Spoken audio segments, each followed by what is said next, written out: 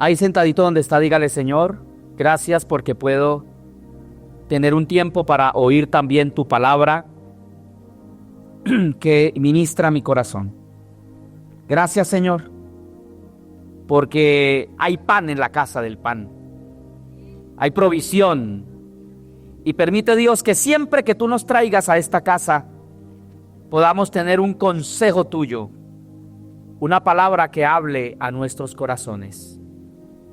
Te damos la gloria por este momento y bendecimos tu nombre por tu fidelidad. En el nombre de Jesús. Amén y amén. Acompáñeme por favor al primer libro de Samuel, capítulo 21, versículo 10. Y voy a tocar un tema en esta mañana titulado Adulam entre la locura y el trono. Amén. ¿Cómo se titula? Adulam, la cueva de Adulam, un lugar entre la locura y el trono. Amén. Ese es el tema que el Señor nos va a regalar en esta mañana. Así que muy atentos al consejo de Dios. Dice la palabra del Señor, capítulo 21, versículo 10 del primer libro de Samuel.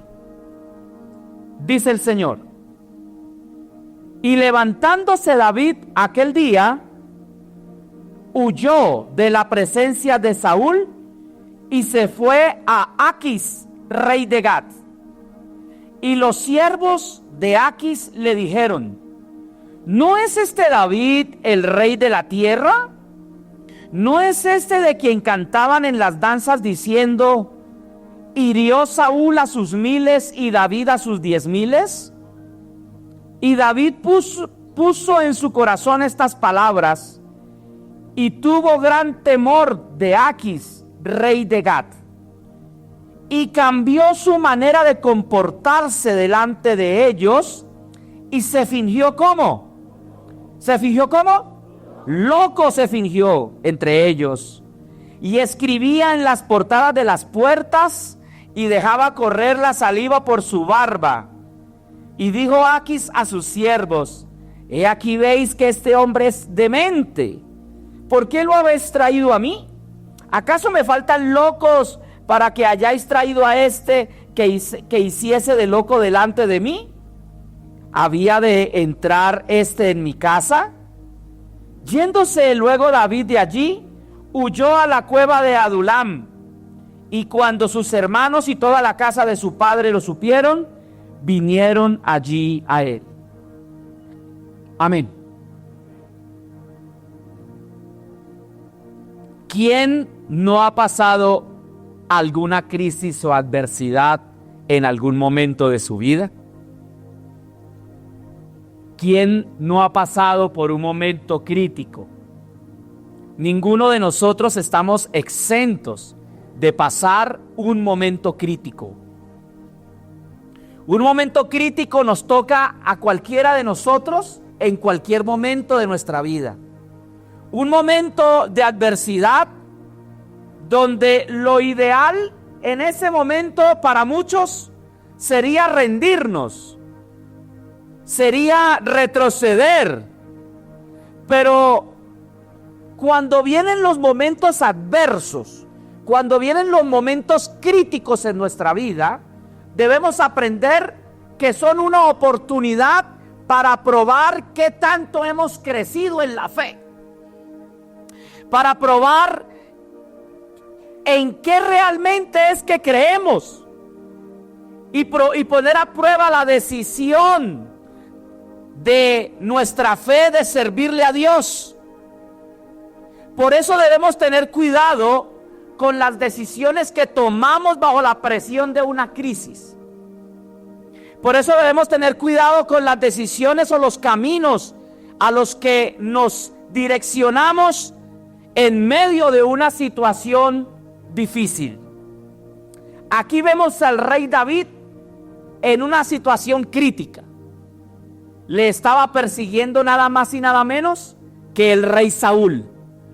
Y no lo estaba persiguiendo propiamente para darle un abrazo o para saludarle, sino para matarle. los celos por el reinado, por el trono, habían enceguecido al rey Saúl, y éste se había levantado contra el joven David. Y David, en medio de esa zozobra, en medio de esa situación que le generaba presión, no tuvo en cuenta la dirección de Dios y se quiso proteger a su manera, se quiso proteger a su forma. ¿Cuántos de nosotros en momentos críticos hemos decidido o hemos tomado decisiones que no son la voluntad de Dios? No le preguntamos al Señor qué hacer en un momento crítico, sino que la premura, la urgencia de solucionar la crisis, de salir del problema, nos empuja muchas veces a tomar decisiones donde Dios no está. Cada crisis inevitablemente va a generar en nosotros un impacto emocional. Y ese impacto emocional se va a expresar de muchas maneras. ¿Cómo se expresa usted emocionalmente frente a una crisis? ¿Sabe que algunos frente a una crisis se bloquean? ¿No saben qué hacer? Otros lloran. Otros, no sé, ayúdame. Abandonar, huir. Otros quizá proferir palabras que no honran al Señor. Y todo esto desde una misma situación. Pero más allá de los impactos emocionales, nuestro deber es movernos bajo la dirección de Dios. Y aquí vemos a David, el ungido de Dios, el hombre de la promesa, el hombre que a los tan solo 15 o 16 años había sido ungido para ser el rey de una nación. Lo vemos allí huyendo de quien lo quiere matar. Está desesperado. Está angustiado, su vida corre peligro. Y vemos primeramente en esta mañana dos decisiones arriesgadas que toma David. Y la primera de ellas es que David, en la presión de la persecución, en la presión de la crisis, David huye a territorio enemigo. El versículo 10 nos dice que cuando David fue amenazado por Saúl, se fue a territorio filisteo. ¿A dónde se fue David? A la ciudad de Gat. Como si fuera a escribir gato, si no, Gat. Oh my God. Se fue a Gat, un territorio enemigo. Allí estaba David, el ungido de Dios, tan desorientado que se salió del territorio de la promesa. Amén. David estaba bajo promesa de ser rey de Israel, de ser rey de Judá. David tenía promesa de Dios para un territorio, pero la presión, la crisis, la adversidad lo sacó del territorio de la promesa. ¿Sabe, amado? David, este hombre se va para tierra pagana, tierra enemiga del pueblo de Dios. La crisis lo impulsa. Gat, la tierra filistea, era la tierra natal del gigante Goliat, a quien David había matado hacía algunos años atrás. Desde su desesperación y sin consultar a Dios, David busca refugio entre sus enemigos. David huye a Gat por miedo, mas no por dirección de Dios, y esto lo llevó a exponerse delante de sus enemigos. Muchas veces una crisis a ustedes y a mí nos puede sacar del territorio de la promesa. Nos podemos meter en la boca del lobo por tomar una decisión sin consultar a Dios en medio de una crisis. Nos podemos exponer tal como le sucedió a David. Podemos resultar en el territorio que jamás nos imaginamos estar, Quizá nuestra falta de oración, nuestra falta de comunión o nuestra desesperación nos lleva a tomar una decisión errónea, porque el temor que no se sujeta a la voluntad de Dios nos puede llevar a lugares peligrosos. Nos puede llevar a lugares donde el propósito de Dios no está. Nuestras emociones naturales nos pueden sacar del propósito. David se desvió, se puso en riesgo y se puso en bandeja de plata al enemigo. Y nosotros en una crisis o en una situación mal manejada o sin la dirección de Dios, nos podemos exponer o poner en bandeja de plata frente al enemigo.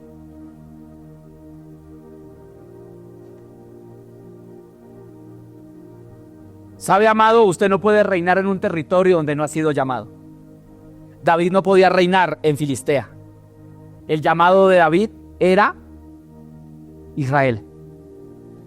¿Y por qué está en Filistea? Porque la crisis lo sacó del territorio de la promesa. Ahora, esta tierra filistea se convirtió en un lugar engañoso. La protección que ofrece el mundo a un creyente es temporal, frágil y engañosa. Huir a territorio enemigo para nosotros significa huir al mundo, salir del lugar de la promesa. ¿Sabe que una crisis lo puede sacar a usted de la iglesia? Si usted no la sabe manejar bien. ¿Sabe que el hecho de que alguien no lo salude o sea grosero con usted de alguna forma, usted puede decir: yo a esta iglesia no vuelvo? Y esa crisis lo saca del territorio de la promesa y lo expone al mundo. Porque si usted decide no volver, yo no quiero ser grosero, pero ¿quién pierde? ¿La iglesia? No, la iglesia no es mía, la iglesia es del Señor. Y la iglesia seguirá con usted o sin mí. La iglesia seguirá funcionando, creciendo, avanzando. Somos nosotros los que tomamos decisiones erróneas que después nos cuestan por no pedir la ¿qué? La dirección de Dios. ¿Sabe? Para David, la tierra filistea se convirtió en un refugio falso. Un refugio falso. Y muchos de nosotros, por huir de una crisis o por no afrontar una situación, podemos irnos al mundo a buscar refugios falsos. ¿Y cuál puede ser un refugio falso para un hijo de Dios que no se direccionó de Dios en una crisis? ¿Sabe? Un refugio falso puede ser un mucho trabajo. Entonces yo le digo: hermano, ¿pero qué pasó que lo volvió? No, trabajando. Trabajo de día, trabajo de noche, trabajo a la madrugada y llego tan cansado.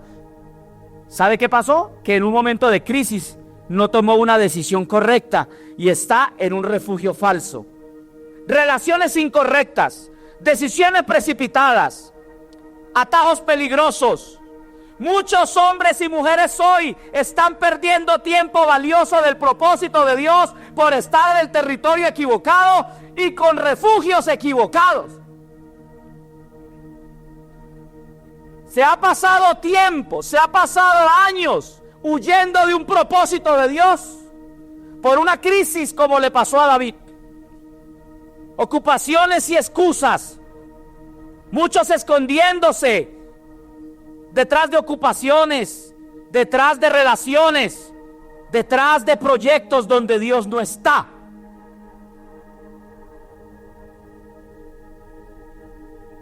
Pueden ser cosas buenas, pero no son tu propósito. Dile eso al que está al lado tuyo y dice: pueden ser cosas buenas, pero ese no es el propósito. ¿Sabe, amado? Antes de salir corriendo, consulte a Dios, porque no todo lo que parece refugio es seguro. Amén. Gad, tierra de filisteos, no era parte del mapa de Dios para la vida de David. Y sabe, amado, hay cosas que usted y yo podemos estar haciendo, lugares en los que podemos estar que no hacen parte del mapa de Dios para nosotros. Y allí perdemos mucho tiempo. Allí perdemos mucho tiempo. Allí nos embolatamos.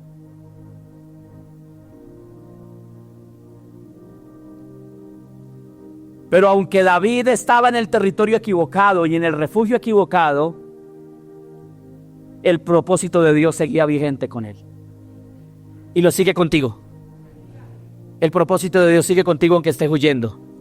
El propósito de Dios sigue vigente contigo aunque estés fuera del mapa de Dios. Dios no desechó a David por haberse ido huyendo para la tierra de los filisteos. Dios no le dijo, ya no me sirves, David. No. El Señor siguió guardando de él a pesar de eso. ¿Sabe, amado? Usted y yo podemos estar huyendo de un propósito. Podemos estar, perdóneme, embolatados en diferentes cosas que consideramos que son buenas, pero que no hacen parte del plan de Dios. Y Dios es tan bueno que no te ha desechado. Dios es tan bueno que te ha guardado. Y aún del peligro, los ojos de Dios te han guardado, porque Él no te ha desechado. Y te ha dicho, tú eres mi ungido, y el propósito que tengo con tu vida se cumplirá.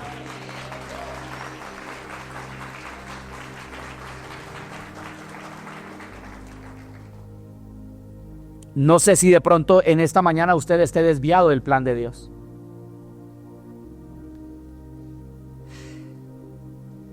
Y usted diga en esta mañana, Señor, yo me he diseñado unos refugios que para mí son excelentes, pero donde Dios te dice, eso no es mi plan.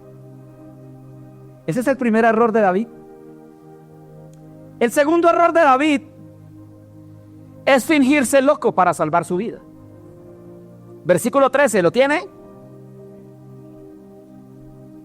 Dice la palabra, y cambió su manera de comportarse delante de ellos, y se fingió loco entre ellos, y escribía en las portadas de las puertas y dejaba que la saliva le saliera por la barba.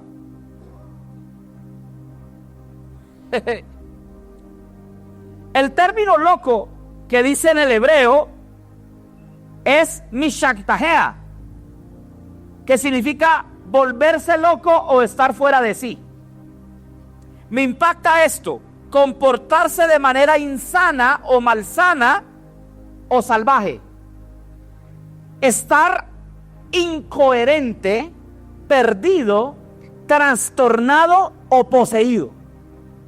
A eso se refiere, loco, desde la raíz griega, hebrea. Entonces, David era ¿qué? ¿Se hace qué? David echa mano de todo lo que aprendió en Castillo del Rey. Echa mano de las clases de teatro. Echa mano de una pantomima, ¿no? Y estando en territorio enemigo, todo el mundo sabía que él era el vencedor, el gran guerrero. Y dice la palabra en el versículo 11 que cuando aquellos hombres de la tierra de Filisteos vieron a David, dijeron, ¿y no es este el hombre que venció al gigante? ¿Y no es este el hombre a quien le decían, Saúl mató a sus 1000 y David a sus 10,000? Entonces fue identificado. Porque créame, cuando usted es un hombre y mujer de propósito, a donde quiera que usted va, alguien lo identifica que está en el lugar equivocado. ¡Alguien! Hay alguien que dice, usted no es de aquí. Usted está fuera del mapa. Usted está fuera del mapa, señor. Hay alguien que te identifica y hay alguien que se acuerda y te acuerda para qué fuiste llamado. Al ser reconocido entonces por los siervos del rey, también llamado Abimelech o Aquis, diciendo, ¿no era este el que antes servía en la iglesia? ¿No era este el que antes estaba empezando unos pinitos ministeriales?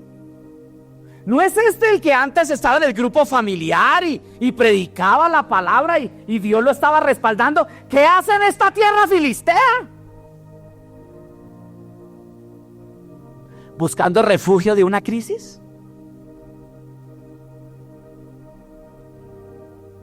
buscando el refugio de una crisis. ¿Qué haces? ¿Qué haces fuera del mapa? ¿No eras tú el evangelista, el pastor, el maestro, el intercesor a quien Dios estaba llamando para que le sirviera? ¿Qué haces fuera del mapa? ¿Qué haces por fuera del cauce del cual Dios te llamó? Y temiendo por su vida, entonces David se hace el loco y deja salir la saliva y araña las puertas y actúa como demente en una medida desesperada.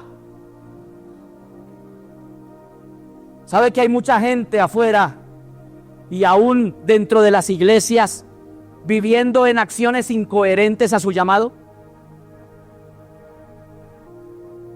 Acciones incoherentes al llamado. Acciones que no tienen nada que ver con el propósito. Ahí hay muchos fuera del propósito. Y perdóname si soy hiriente, pero hay muchos por ahí haciéndose el loco. Hay muchos por ahí haciendo el loquito, pero en su corazón sabe que tiene un llamado. El que está al lado suyo no se puede hacer el loco. Con Dios no te puedes hacer el loco. Porque si Dios te llamó, te está diciendo hoy, te llamé. Y aunque estés fuera del mapa y te hagas el loco y hagas cosas incoherentes con tu llamado, yo te estoy esperando aquí.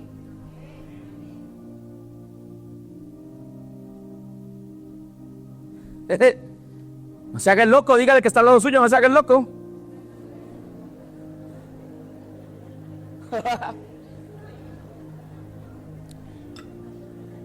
Nos hacemos y el Señor te dice que así tú te y deja caer la saliva. ¿Sabe que por ahí muchos andan haciéndose los locos, poseídos por placeres, pecados y excesos, pero con un llamado?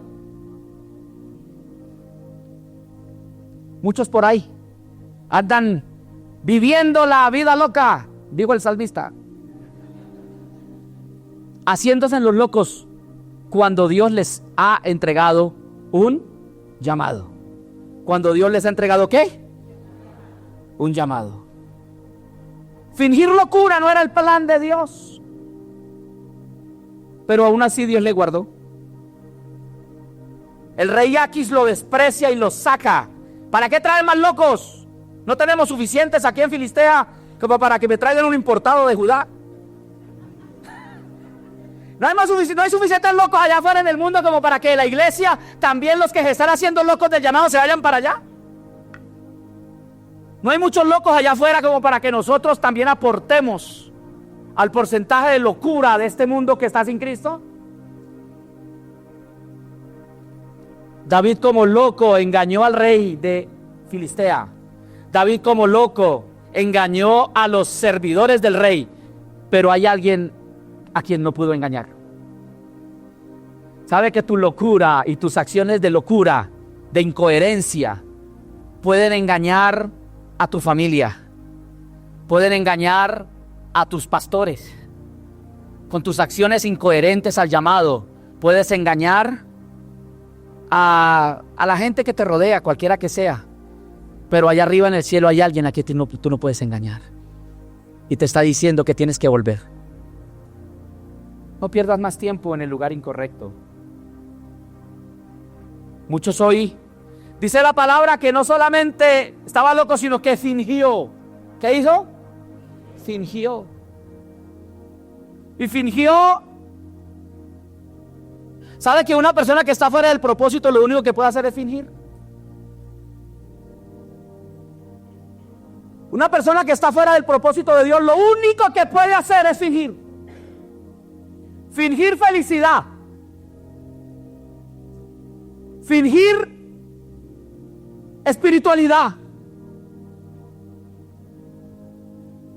Yo ando fuera del propósito, pero yo así estoy bien. ¿Y cómo está bien? Pero por dentro sabe que no está bien.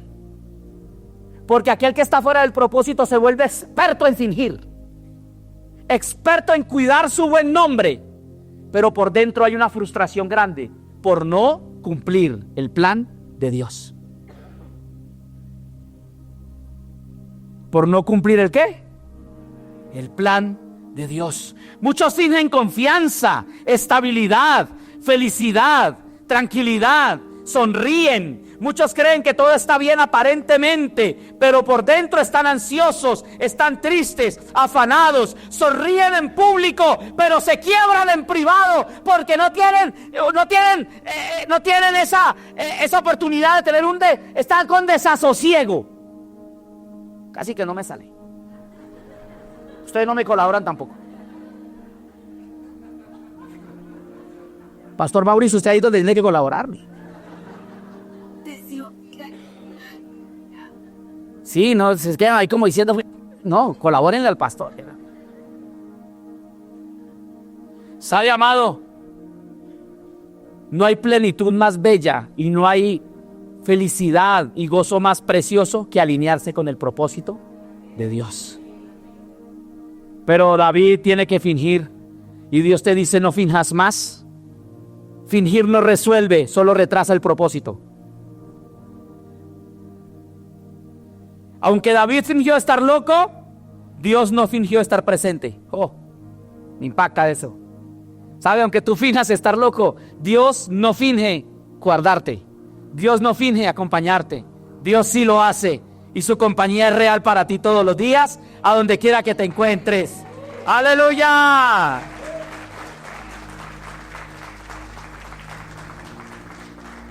Entonces Dios te dice: no te hagas el loco, vuelve al propósito. Vuelve al lugar donde yo te estoy llamando, donde empezó tu llamado. Y podría ser una pregunta para cerrar este punto, y podría ser: ¿en qué momento dejaste de confiar en lo que Dios te entregó? ¿En qué momento? ¿En qué momento soltaste? ¿En qué momento te hiciste el loco y te fuiste fingiendo que todo estaba bien? El Señor sencillamente te dice que debes regresar. Después de todas estas decisiones arriesgadas, ¿cuáles fueron las dos decisiones arriesgadas de David? Huir a territorio enemigo y hacerse el loco. Dos cosas hizo David. Literal dice, me gusta que la palabra respeta eso, ¿no? Se hizo el loco y actuó de forma incoherente con su llamado. Con su llamado. Entonces, David reflexiona y dice la palabra del Señor en el versículo 1 del capítulo 22. Dice: y yéndose luego de David de allí, huyó a la cueva de Adulam. ¿A dónde huyó? A la cueva de Adulam. Adulam ya no está en Filistea. Adulam está en Judá. ¿Qué hizo David entonces? Volvió al mapa. Volvió al lugar correcto. ¿A dónde estaba Adulam? En la tierra de Israel. En la tierra de Israel. Adulam proviene de la raíz hebrea que significa refugiarse, encerrarse o esconderse. Una cueva terrorífica, fría, húmeda, maloliente, oscura y desolada. Eso era Adulam. Y David decide salir del territorio filisteo y entrar a Judá. Y cuando llega a Judá, entra en esta cueva. Y allí en Adulam, en la cueva de Adulam, hay un nuevo tiempo para David. Pero no es fácil salir del territorio equivocado para entrar a Adulam. No es fácil. Volver a Adulam o volver al territorio de Judá es reconocer que las decisiones que hemos tomado no fueron las mejores. Volver a Adulam es reconocer que las estrategias humanas fallan. Volver a Adulam es dejar de huir para aceptar el proceso de Dios. Volver a Adulam es dejar de huir es dejar de correr, es quedarme quieto, es volver al territorio de la promesa para encerrarme y esperar la voz de Dios. Y no es fácil ir a Adulam. Es fácil quedarnos siguiendo haciéndonos los crazy. Volver a Adulam es dejar de fingir que todo está bien para volver al propósito de Dios. Entonces, la pregunta de nuestro bosquejo en esta mañana es: ¿qué representa Adulam? ¿Qué representa Adulam? Lo primero que representa Adulam es que Adulam es lugar de refugio. ¿El lugar de qué? Implica regresar al lugar de la promesa. Adulam es un refugio seguro. David llega huyendo del hombre más poderoso de la nación, el rey Saúl. David viene corriendo, agitado, su corazón late con fuerza y ahora está escondido en una fría y desolada cueva. David, el famoso y reconocido, ovacionado por las multitudes, el valiente guerrero que venció gigantes y que se ganó la hija del rey cortando 200 prepucios. Eso fue bravo, hermano.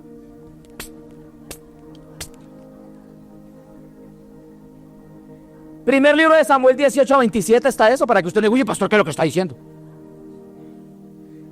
Dice Saúl: si alguno quiere casarse con mi hija Mical, me tiene que traer 100 prepucios de filisteos. Y el hombre se fue y se trajo 200. No hagan esas caras, eso es el Antiguo Testamento. Gracias a Dios estamos en la gracia. Dice Mao: uy, sí.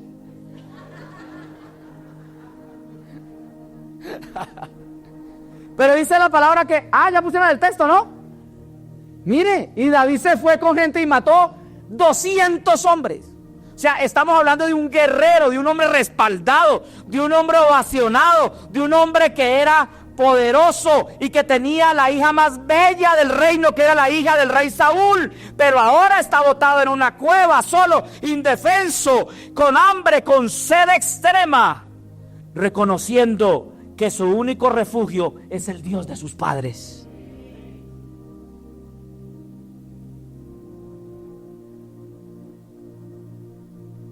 Diciéndole el Señor en esa cueva: David, aunque tú te hagas el loco, Dios no se ha olvidado de ti y Él te está esperando en Adulam. Hay un Adulam donde Dios te está esperando. Hay una cueva fría, una cueva desolada y una cueva tenebrosa, donde Dios te dice: allí te estoy esperando para que volvamos al propósito. ¿Usted cree eso, amado? Adulam se convierte entonces ahora no solo en un lugar de refugio, sino segundo, Adulam se convierte en un lugar de adoración.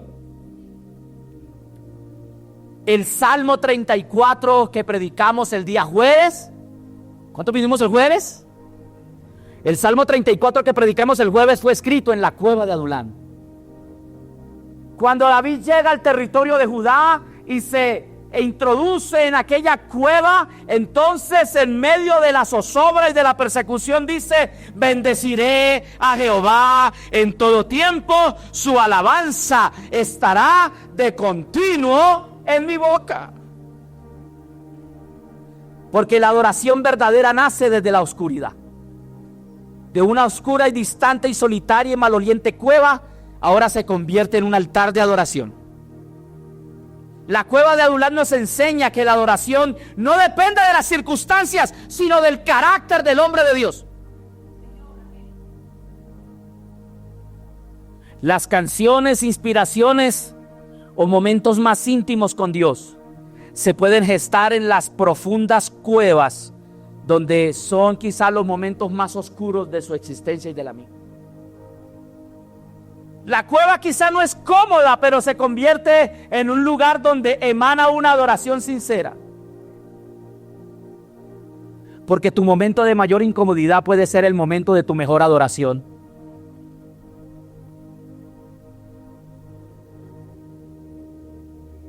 Nuestra cueva puede ser una crisis familiar.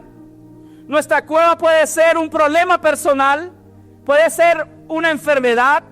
Puede ser un fracaso, una pérdida. Nuestra cueva puede ser un desánimo, una desorientación espiritual, una confusión, una batalla mental.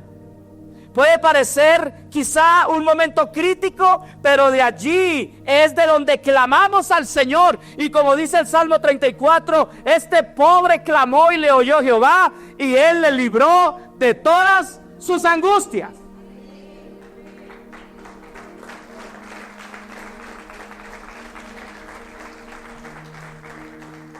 Entonces yo podría preguntarte hoy, ¿cuál es tu adulam? ¿Cuál es el adulam que hoy tienes? El adulam de una deuda, el adulam de una enfermedad, el adulam de un problema, el adulam de estar fuera del propósito. Cualquiera que sea, levanta tu clamor, porque de seguro serás oído. Entonces, adulam, lugar de refugio. Adulam, lugar de adoración. Tercero, adulam, lugar de reconciliación. Adulam es lugar de reconciliación. El capítulo 2, versículo 1 dice, capítulo 22, versículo 1 dice: y cuando sus hermanos, ¿los hermanos de quién? De David. Y cuando sus hermanos y toda la casa de su padre supieron que él estaba en Adulam, ¿qué hicieron? Vinieron a él. Y yo me quedo con esto. Su padre, sabemos en el primer libro de Samuel, capítulo 16, versículo 11, su padre se avergonzaba de David. Y acuérdese que cuando el gran profeta de Dios fue a presentar el sacrificio y a ungir al nuevo rey de Israel, Isaí, su padre, trajo a todos sus hijos menos al menor. ¿Y cómo dice? ¿Son todos sus hijos estos, Isaí? ¿Y qué dice Isaí? No, pues tengo al pelado, al chinito, el más pequeñito, pero ese no es importante. Ese está cuidando las ovejas. ¿Y qué le dice el profeta? Puede que para ti no sea importante, pero Dios tiene un... Dios tiene un... No sé, ya no sé. Para ti puede que no sea importante ese muchachito. Es el pequeñito, el que hace estorbo. Piquiña, cuncho. El más pequeño de la casa. Pero el Señor, ¿qué le dice el Señor a través del profeta? Hoy envía por él, porque no nos vamos a sentar a la mesa hasta que ese muchacho esté aquí. Y entonces, al parecer, había cierta desprecio en la casa por David. Y parece que la relación de David con sus hermanos no era muy cercana. Primer libro de Samuel 16:13 dice la palabra que los hermanos lo envidiaban desde que fue ungido. ¿Sí está ahí 16:13? Y Samuel tomó el cuerno y ungió. ¿Y dónde lo ungió? Oye, ahora yo pienso, ¿qué pensarían los hermanos de David mientras ungían al pelado? Porque los hermanos de David eran guerreros, eran fuertes, musculosos, de armas. ¿Cierto? ¿Sí se acuerdan de eso? Que eran valientes. Eliab era del ejército, oficial del ejército. Y cuando Samuel tenía al frente a los hijos de Isaí, decía: uy, este es el muchacho, este es el rey. Mire esos tríceps, esos bíceps. Mire estos tristes bíceps.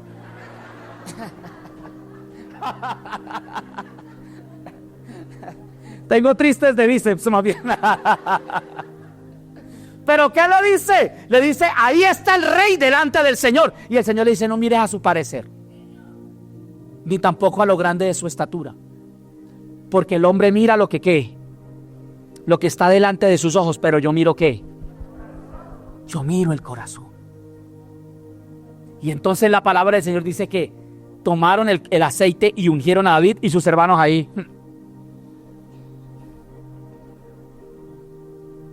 Los hermanos automáticamente le envidiaron. Cuando Eliab mismo lo menospreció, primer libro de Samuel 17:28. 17:28 de primer libro de Samuel. Dice la palabra que cuando él llegó con la comida para sus hermanos, ¿qué dijo él? 17:28. Y oyéndole hablar Eliab, su hermano mayor, con aquellos hombres, se encendió en ira contra David y le dijo: ¿para qué has venido acá y a quién has dejado aquellas pocas ovejas en el desierto? Yo conozco tu soberbia y la malicia de tu corazón, porque para ver la batalla has venido. De esa forma le habla ¿a quién? Su hermano mayor. Eliab le habla con dureza, le habla con amargura. Esa era la familia de David. Pero ahora que David está siendo buscado para ser muerto por parte de Saúl, no solamente está en peligro David, también su casa. ¿Sí me hago entender? Porque si el rey en algún momento dijese: vamos, entonces como no podemos matar a David, vamos y matamos a su padre y a sus hermanos y a su mamá. Entonces, ¿qué hace la familia de David? Al sentirse amenazados por la amenaza que hay sobre David, ¿qué hacen? Se van para Adulam, se van para la cueva de Adulam. Entonces la cueva de Adulam se convierte en un lugar ¿de qué? De reconciliación. No sabemos hacía cuántos años no se veían, no sabemos hacía cuánto él no veía a sus padres. Sus padres, sus hermanos deciden buscarlo y unirse a la cueva con él. Y allí sucede algo extraordinario. Dios usó la crisis de David no solamente para traerlo de vuelta a Adulam, sino también usó la crisis para una reconciliación familiar.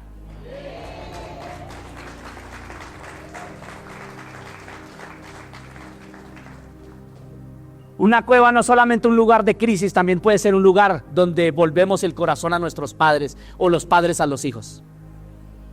En medio de una crisis puede haber perdón. ¿Sabe que con tristeza, cuando muere un familiar, muchas veces nos encontramos con aquellos que hace mucho tiempo no nos encontramos? Con la tía que nunca hablamos porque tuvimos un problema. Con el sobrino, con el hijo, con el papá que se fue de casa. Pero cuando hay luto y crisis, hay reconciliaciones. ¿Sí o no? ¿No pasa? Mire que aquí a David sucedió algo, y es que la crisis lo reúne con los suyos para restaurar relaciones familiares. Y yo te pregunto, ¿será que eres tú el que necesitas perdonar a alguien? Y Dios te ha llevado a una cueva de Adulam para que empieces un proceso de reconciliación con los tuyos.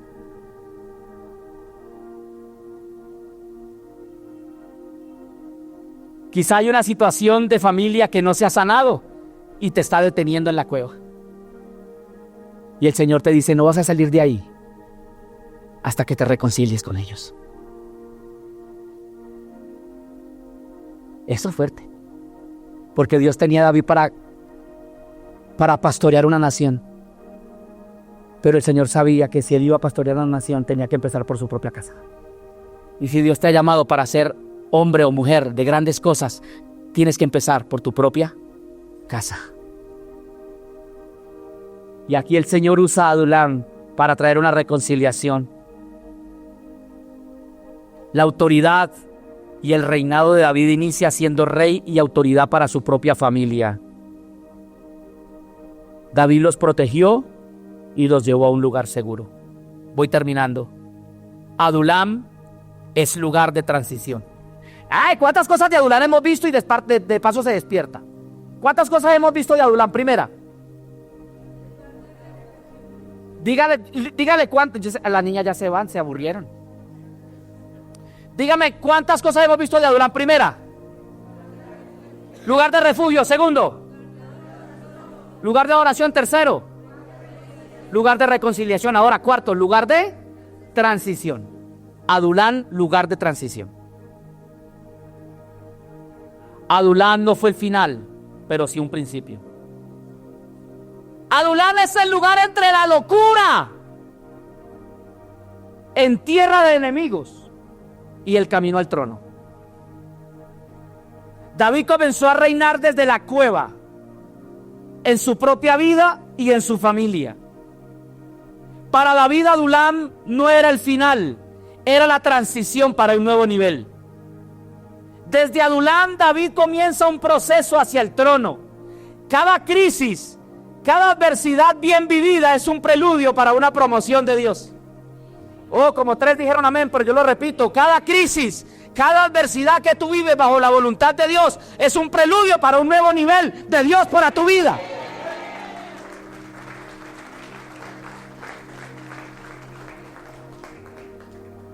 Adulam nos enseña a no subestimar las etapas difíciles. Adulam nos enseña que las etapas que no entendemos, en esas etapas el Señor hace transiciones con nosotros. Adulam es el lugar donde influyes en quienes serán tu propio ejército.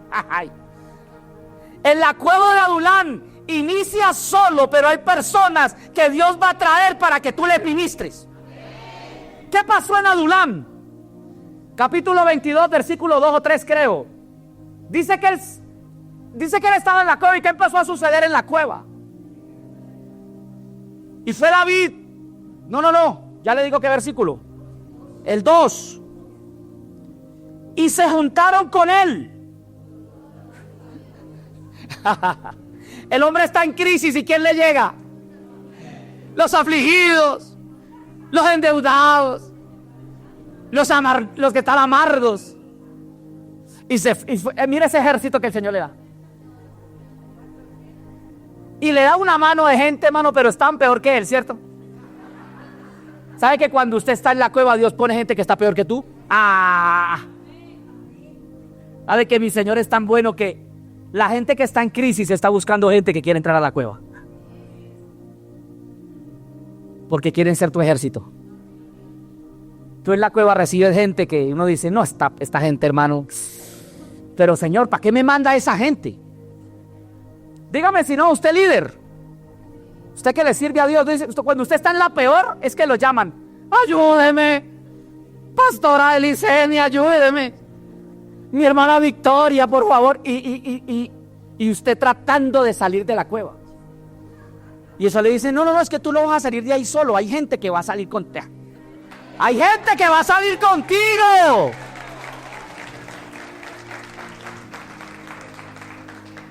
Hay gente que Dios va a traer mientras tú estás saliendo, mientras tú estás en la cueva ahí, en el propósito de Dios, haciendo de la cueva el lugar de refugio, de adoración, de reconciliación. Ahí va a empezar a llegar gente a decirte, oye, ayúdeme, aconséjame, porque sabemos que en ti está el propósito de Dios y tú no te vas a quedar en esta cueva, tú vas a salir, y cuando tú salgas, nosotros que hemos sido restaurados, seremos tu ejército.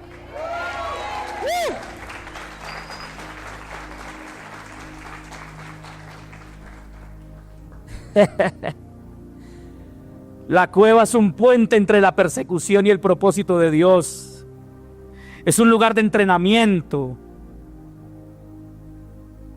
Y aun si tú estás afligido, endeudado o amargado de espíritu, este puede ser tu Adulam, esta casa. Esta casa es tu cueva de Adulam, donde Dios te puede restaurar y hacer de ti un guerrero, un hombre de confianza para el gran Rey Jehová de los ejércitos. Aleluya. No huyas de la cueva, porque ahí empieza tu transformación para ser el hombre valiente que estás en el propósito de Dios. Y por último, Adulam se convierte en un lugar de impartición. Impartición. Lo que comenzó como un aislamiento solitario ahora se convirtió en una comunidad de restauración. Ya no es uno solo, ahora son 401. Adulam se convirtió ahora en un hospital de almas rotas. Adulam es el lugar donde llegas solo, pero Dios envía hombres para que tú los formes. Esos endeudados y amargados y tristes se convirtieron en hombres de guerra, porque David les impartió de lo que Dios le había dado. Dios toma las personas que el mundo desecha y las convierte en las que el cielo necesita. David no los eligió, Dios los trajo porque eran parte del plan. En el proceso de Dios, tú nunca estarás solo. Él enviará personas con heridas parecidas a las tuyas o aún con heridas peores, para que formes con ellos una familia espiritual. Tú puedes ser el instrumento de transformación de otros si no huyes del proceso.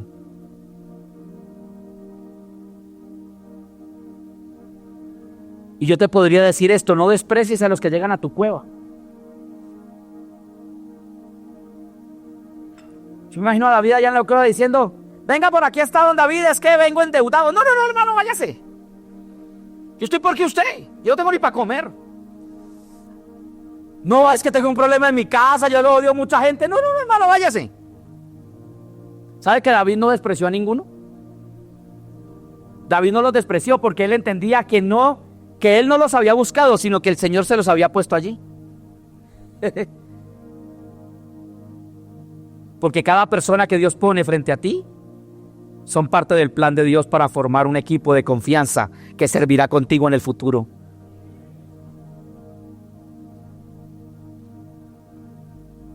Y termino con esto, amado. A todos nos gustan las coronas como las de David, pero no nos gustan las cuevas. Nos gustan las coronas, los tronos, pero no nos gustan las cuevas. Y por las cuevas tenemos que pasar. Si usted quiere la victoria de David, también tiene que aceptar el proceso que él tuvo. Y el proceso del reinado de David no fue un ascenso inmediato, fue un proceso de años que comenzó con un error, una cueva, una canción y unos cuantos hombres rotos. ¿Usted anhela la bendición de Dios? ¿Usted anhela ser usado por Dios? No huya del proceso, no se haga el loco, no finja que todo está bien. Desde una cueva el Señor restauró a un sencillo hijo, formó a un gran líder, reunió una familia y conformó un gran ejército. ¿Qué pensará Dios hacer con la cueva que hoy estás viviendo? ¿Qué cree usted que tiene Dios en mente con la situación, la crisis, la adversidad que hoy quizá usted está pasando? Quizá podemos estar en tierra de filisteos y el Señor te dice: vuelve a la tierra donde está el mapa que aplica para tu propósito. No te saltes de la cueva, abraza el proceso, porque allí Dios te va a moldear para lo que viene. Esta palabra me impactó fuerte. Dios usa cuevas para preparar reyes y no teatros para entretener creyentes.